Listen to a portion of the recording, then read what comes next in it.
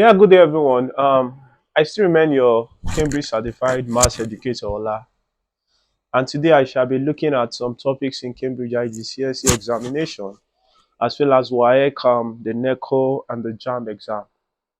So this morning, permit me to present you a topic called functions. This is a topic that comes out every year, virtually in Cambridge IGCSE exams, which you are going to be considering some of the questions later on.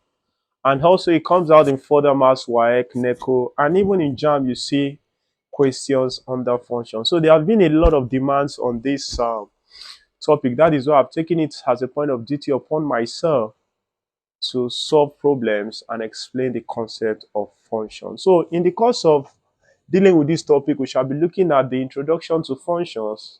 We'll look at what is called the inverse of a function as well as the composite function. And I believe at the end of this, we should be able to solve questions, no matter how twisted they may be, that can be set on this subject matter called function. So, gentlemen and ladies, I believe you are set for this lecture, so to speak, or for this class on function. So, if you are not set, please, I would advise that you grab your seats comfortably, while I shall be taking you around the world of function. Also, at the end of this, please do not forget to subscribe to our YouTube channel, as well as give a like, a thumb up to this video. Thank you very much. Now, the question we should ask ourselves first is, what is a function? Now, let's have this. This is what we are used to in maths. If we have y equals to 3x raised to the power of 2, in our elementary maths, you understand that this y is what is called the dependent variable. Why this x is what is called the independent variable.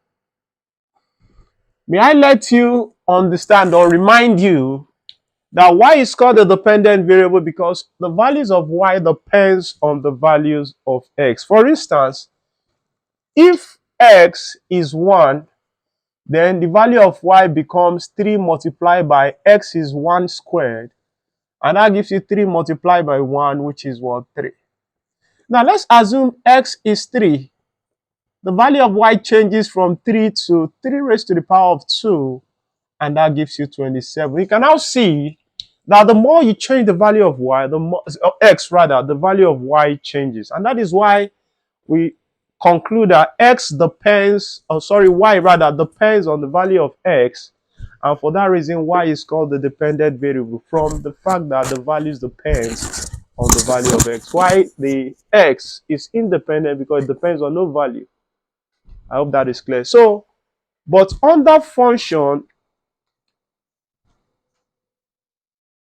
equations are written like f of x equals to 3x raised to the power of 2. This is how you write equation in f of x. And here we can now say that this is a function, right? This f of x means the function of x.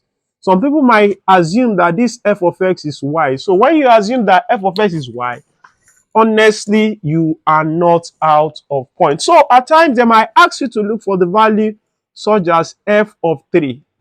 What it simply means is that wherever you see x in f of x, you introduce 3. And that means here is going to give you 3. X is now becoming what? 3 squared. And that'll give you 3 multiplied by 3 squared is 9. And 3 times 9 is what? 27.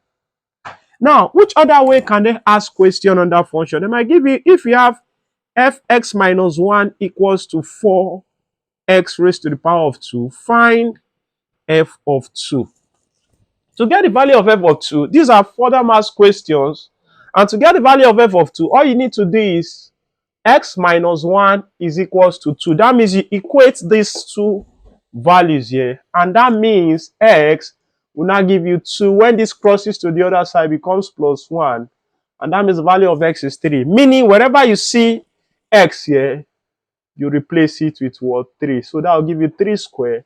And that gives you 4 times 9, which is equals to what? 36. So the value of f of 2, if fx minus 1 is equals to 4x squared, is equal to 36. Also, question might come this way. If f of x equals to 5x, what is the value of f x plus 1?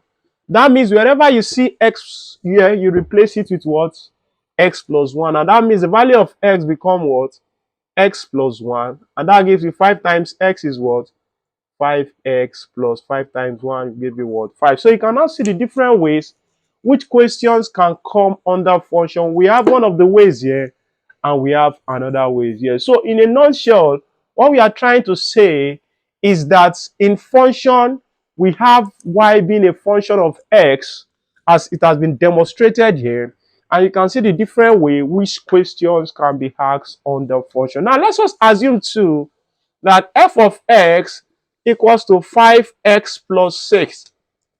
Now the value of x here under this branch of math is what is called the domain.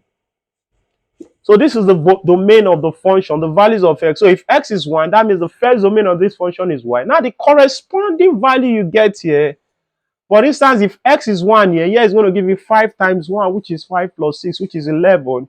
So this 11 is called the image of the domain. And the image of the domain, another term that is used to define the image of the domain is the range. So if x equals to 1 here, which signifies the domain, that means the f of x will give you 11, and the name given to that number 11 is called the range. So these are the little things you need to know about the introduction to function. Remember, if you have y equals to 3x squared, y under function is called the range, while the values of x is called the domain. So everything here you calculate is what is given as function. So they ask question of this nature, they have question of this nature, and they also ask question of this nature. Don't worry, after the composite and the index function, I'll be in a position to take you through some of the Cambridge IGCSE past exam papers so that you can see the practical application of this branch of mathematics that is called function.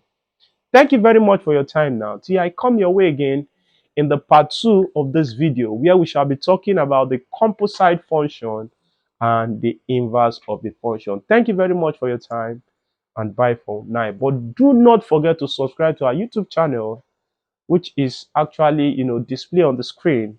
Till I come your way again shortly. Bye for now and have a nice day. Thank you.